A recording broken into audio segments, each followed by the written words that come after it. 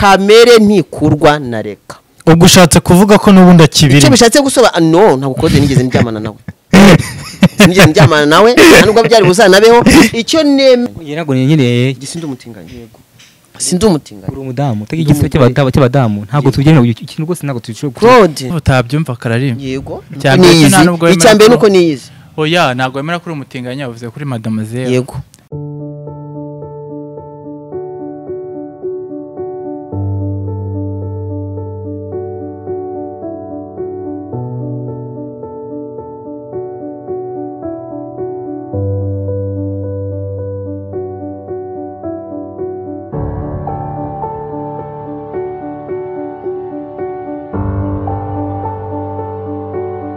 bakunzi ba RK TV ndetse ku bufatanye na Kiza Crow TV twongeye tubagarurira tugaruka mu kiganiro cyiza kandi kiryoshye. So hano imbere ya kamera za Kiza Crow TV ndetse na RK TV tuhafite abasore babiri. God mezute abasore babiri ariko n'umugore umwe nawe ni umugabo Manu bushize yarankuyemo amaso rwose sinakongera. Yego. Okay, tuhafite abasore babiri ndetse n'umugore umwe. Kuze babimwibarije ngiye uragira ngo basimbizire. Nagwe mikoro bimubaza. N'umugabo. Yego. Babyemerara?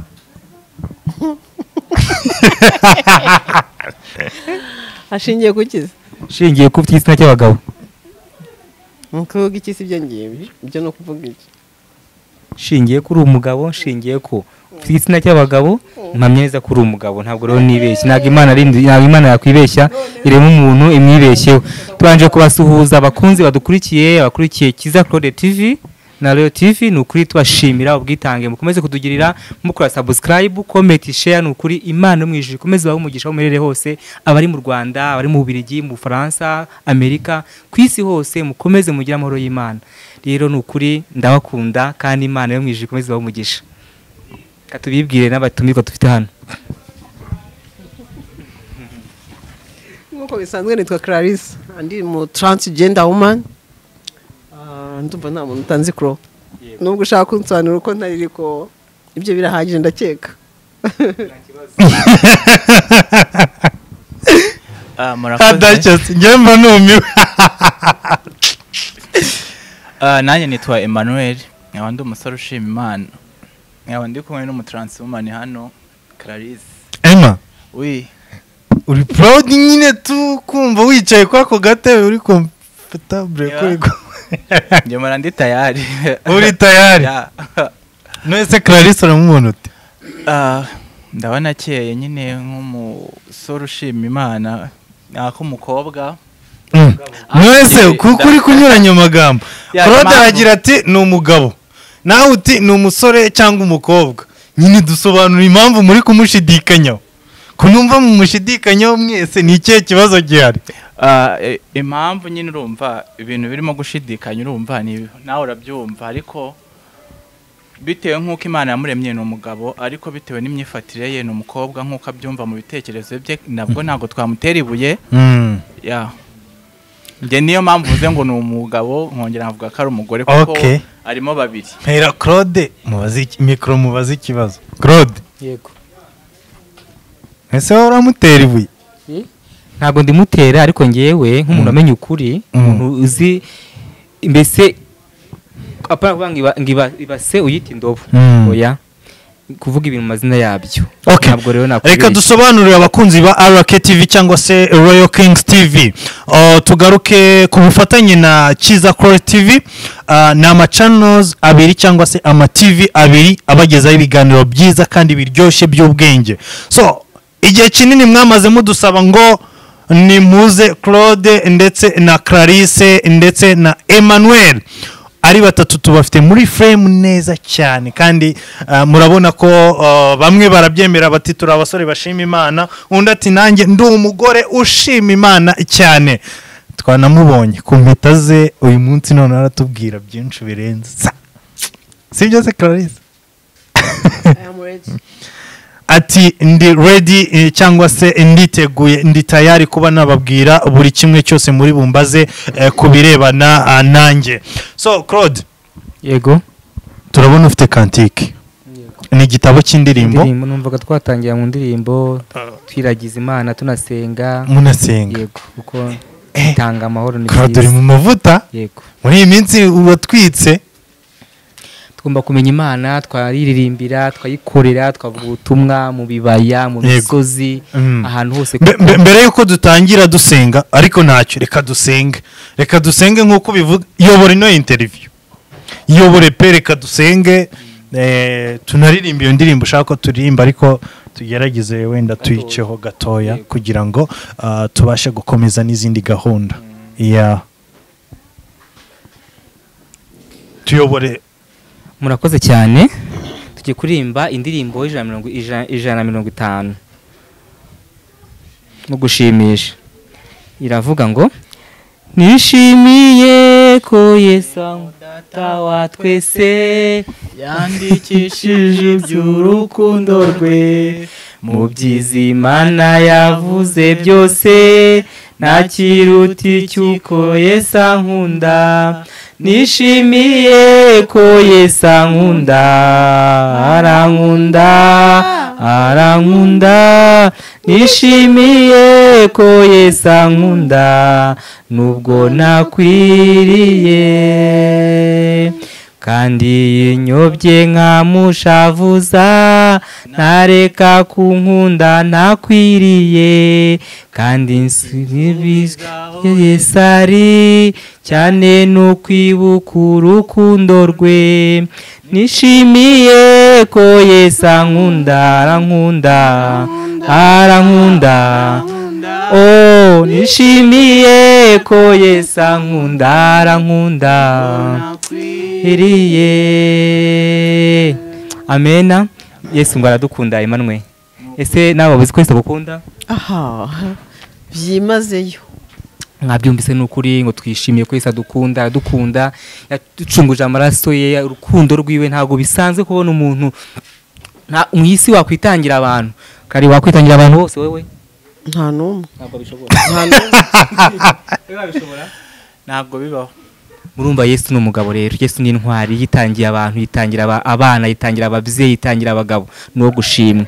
Rero nkuko mubibona dukomeje ikiganiro, twafashe igihe gikomeye tusenga Imana na Emmanuel n'abandi bifatanyije urugendo, bayige bamaseni, namwe mudukurikiye kugira ngo dusanga abantu bari mu isaho y'ibyaha, urubyiruko, ababyeyi, basore bari mu butinganyi, tubigisha ijambo ry'Imana, tubigisha Yesu, tubigisha ubutumwa bwiza kugira ngo bamenye ko Yesu ariho, bamenye yuko Imana iriho kandi bakunda, bahindukire bamenye ibyiza. Ese wowe witeguye guhindukira ukamenya Imana ukava mu byo urimo? Imana iranzi nanjye ndayizi. Mwabyumvise ngo Imana ndamuzi kandi nawe arayizi. Ni byiza ko Imana imuzi kandi nawe ayizi. Emmanuel, karibu mu kiganiro kuri Kiza Claude TV.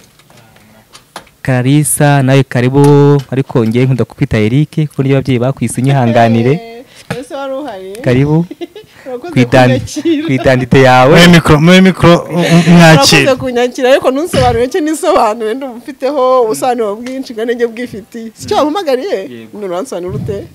Mu kiganiro ubushize twari turi kumwe na Clarisse mu kiganiro wenyine, so tugirana ikiganiro ariko kitemeza neza ibyo uvuga. Clarisse aragira ati ndi proud y'icyo ndicyo, wowe ukagira uti reka ntago mbyemera biriya bintu, ntago ndi umujudging. Ego ntago umujudging. Ubwo bivuze ngo wemeye imirimo yose Clarisse akora, ibyiwe nuko ateye byose urabyemera? Kuko ari cyo gihe kiwe nyine afite, ntago nanjye ariko nari meze kiriya gihe, ntabwo namumvaga kiriya gihe, nambaga amakanzu, ntago namujudginga, ariko igihe kiragera umuntu akamenya ukuri, akamenya inzira nziza, nawe nzi ko icyo gihe kizamugeraho. None se ubu Claude, iyo ubonye Clarisse uyu munsi yambaye ikanzu cyangwa se imisatsi ku mutwe, yes, mbega niko afite amabere wa nabyo atwereka buriya niba ariyo koko, cyangwa se niba yandi nanjye nambaraga nyirabihogo kera wa kera, harayo wambaraga nanjye narayambaraga, ariko Yesu mbega yagize no kuvuga neza. ngo wayakuye warayaciye. Oya nambara isutiya nkashyiramo utuntu kugira ngo nzane amabere kuko nta mugabo ugira amabere. Ntabwo Imana yakwibeshye ngiye Ibyo umugabo. bintu bibaho se. Bibaho cyane nanjye Ntabwo wafata isutiye utari umugore. kandi nanjye Ushyiremo nabikoraga. utuntu. Yes, byanjye nabikoraga. Warabikoraga? Yego rero nibyo. None se oya. Njye ntabwo ndi kumva ukuntu uvuga ngo warabikoraga. Nese Clarisse warabyemera ko ariko abigenza.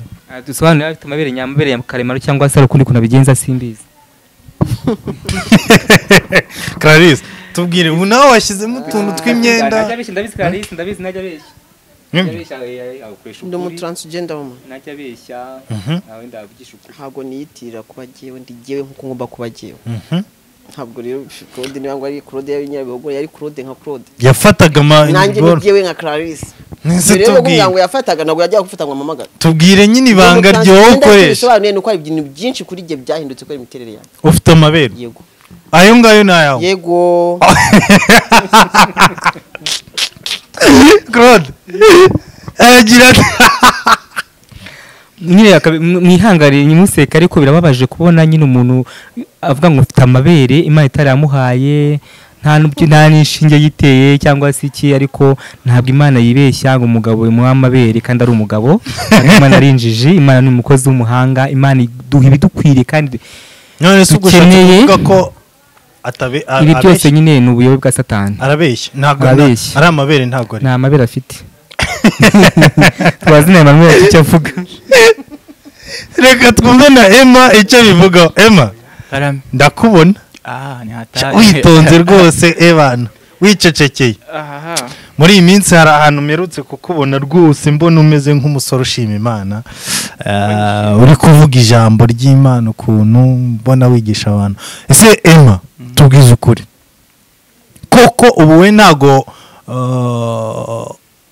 ukiri umugore nk'uko byahoze? ibyo bintu narabivuze byararangiye ntabwo nakoje ntewe nabaho ndi umuhungu byararangiye. Hoya nta soni mfite uvuga isoni utanga ubuhamya nta soni kuko isoni zari icyaha nakoraga rero ntabwo nagira isoni zo mbega biriya wakoraga ubu wakoraga icyaha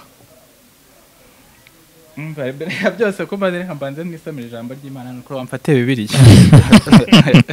ijambo ry'Imana wenda icyo turakigarukaho mwihangane gatoya kugira ngo tujyane mu kiganiro sibyo Claude mureke yego tujyane mu kiganiro neza so ntago yarakara Clarisse ari proud yakubwiye ngo ari proud cyari cyo ntago ashobora kurakara nawe ni umuntu mukuru azi ubwenge ntago yarakara kandi nyine ese kiretse umubeshyeye ko mufite impungenge z'uko nshaka kurakara bimeze bite bambariza imana cyangwa naze mu kiziriko ushaka ndagusubiza yego hanyuma Emma turakubona nk'umusore ushima Imana ese ijambo ugiye kudusomera riratwigisha iki cyangwa se riradukangurira iki? ijambo ubundi hari ijambo kandi by'Imana nyine bihora byigisha abantu kuva mu bibi tujya mu byiza no gukomeza mu nzira z'agakiza nyine ni ukureba ubwiza bw'Imana tukareba uburyo Imana yihanganira abantu ibyo waba ukora byose irakureka ugiye kuribwira nde? Hoya ndabibwira abantu bose muri rusange na twese hano nibyo n'abantu bakurikirana ngize ngo ugiye kurisomera Clarisse. Hoya nshaka kurimusomera nzajya kumusura. Uzajya kumusura? Yego. Ahangaha aragufanye nzamusura. Mana nubundi ntabwo nzi ngo ni hehe ahantu ntazi ariko haranditse ngo ibitambo n'amatungo ntabwo byo bineze kandi ngo abanezeza nagara biri bavuga mana ntabwo nshaka kujya kuri YouTube kunyeka ko wigishije niwumva byakuramutse uzavuga uti hari ahantu Imana yantumye ariko bangaha mva Emma nari ngukumbuye byo gupfa corona nari ngukumbuye numvaga mbonye umwanya wo kubwira tukira aho ngaho dukumbuye ari iki cyahindutse kwitwe gudokanira iki cyahindutse umva natunguwe iki cyahindutse ubyibuho ubwiza amen Imana ishimwe n'ubwiza bw'Imana kujya mu mageto yanyu karibu tuza rwose karibu nshaka kukubaza ikibazo ngo arabyibushye ngo ameze neza ubwiza mbega nawe se wifuza kubaho nk'uko abayeho? No nigeze kujyana mu kiganiro ndakubwira ntabwo giye nabaye Clarisse kwa ko nagombaga kwako nigize kuba Clarisse nabaye narigize kuba Clarisse ifoko n'ubundi nabivamo ntabwo giye nigeze nigira kuba we ni nayo mpamvu rero uyu munsi ntari komfeye ko na Claude ngo narakubwiye ngo hari impamvu Claude yari yarabirimo hari n'impamvu ngo yabishoboye guhinduka hari impamvu nanjye irimo hari n'impamvu nanjye bishoka ko cyane ntibinashoboke uranyumva ntabwo rero nagendera ku muntu kimwe nuko njya kubiyunguye nta muntu n'umwe uri inspire kuri giye ndigiyewe nayobowe nuko nagombaga kubaho hormone zanjye amarangamutima yanjye ibyo nkunda nuko mbona ntago byantandukanye na Claude ngo intandukanye na Emma ikingenzi nuko twarabanye baranzi ndabazi ego cyo ni cyambere icya kabiri n'urungano rwanjye ngo ariko ntabwo ko mbaye hari kubaho uko utese kundatera uko ukunda sikunda kunda ibyo wanga si byunde yanga birashoka ko ngo hari umugani mu Kinyarwanda yavuga ngo ni ari ntabajyana ingwa ashaka kuba umunsi agiye nanjye umunsi nshaka gupfa nkamusiga uko rero tutari mu rujyano rumwe ntago byatubuza kubana nk'inshuti ariko nanone ntabwo nshaka umuntu witwaza iyo turufu yarahindutse ntabwo bifataho jewe no tugize icyo tugarukaho mbere yuko mpereza micro Claude ubwo ibyavuze byose ibyavuze cyane cyambere mbanje gushima Imana ko yaduhinduriye amateka yaduhinduriye izina yaduhinduka tubonaga siko tukimeze ubu ngubu Imana ishimwe mukubera ubwiza bw'Imana n'ubwiza bw'Imana nawe wahinduka nawe waba mwiza nawe wakundwa nawe waba duheruka yaje gukizwa duheruka ari kumenya Imana duheruka ashangaze yabonye umubyeyi ati yanabonye umubyeyi rwose yeke inzira nziza yaje kudukwepa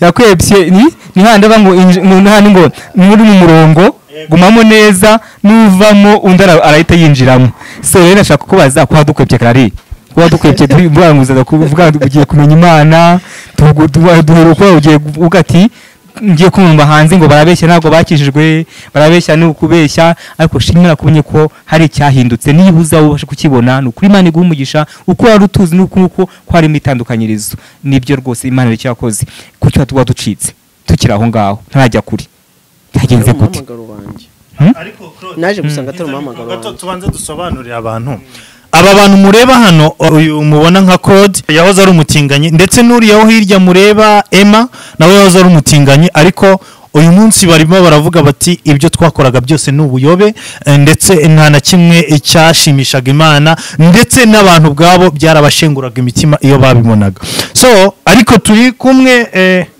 turi kumwe na Clarisse ukibirimo so ntago nzo buryo twabivugamo kuko yatubwiye ko gukoresha ijambo ubutinganyi ari ukumwambura agaciro yes so ariko oya ntacyo kugira ngo tumubangamire turakoresha ibyo ashaka ariko twebwe hanze aha ngaha tubyita ubutinganyi so aho kugira rero Clarisse numwe mu bantu bakirimo ibyo bintu tutazi neza niba koko bazigera babivamo cyangwa se bumva bakomeje reka twumve ibiganiro byabo hagati yabo bombi nge ntanze mikoro ndimanukiye rero Clarisse tukiri ku kibazo nakubajije ku cyo ducitse byagenze gute watunyamo make impamvu yo guteye ese wonaga Imana utajya kukiza ngo ati nanjye ngiye gufata inshingano mu mugabo amazina yanjye Eric agomeza abeho ese ni byagenze gute tunyemo make ko byagenze nagusobanura ntabwo yari umuhamagaro wanjye ntabashaka gukizwa ntubishaka ntabwo icyo bisobanuye erega abantu bigira abatagatifu cyane njya ngorana nabo ntabwo ukwiye kumenya ibyaha byanjye nigiye ukwiye kumenya ibyaha byanjye bikanshengura nkafata umwanya nkajya njya gurira n'Imana ntabwo ari wowe ukwiye kunyereka aho njya kwihanira n'uburyo ngomba kwihana ntabwo ugomba kubinyereka cyanjye hanjye ntabwo uhitamo inzira kumenya Imana iyo nzira rero ntabwo wayimitiramo cyangwa se nakwereka inzira nanyuze Imana ndayizi nta kibazo ariko Imana uyizi ntabwo ubu tuvuga na Claude urasa neza Claude urakeye ni kubera Imana nyine Claude urasa neza Claude urakeye Claude ariko Claude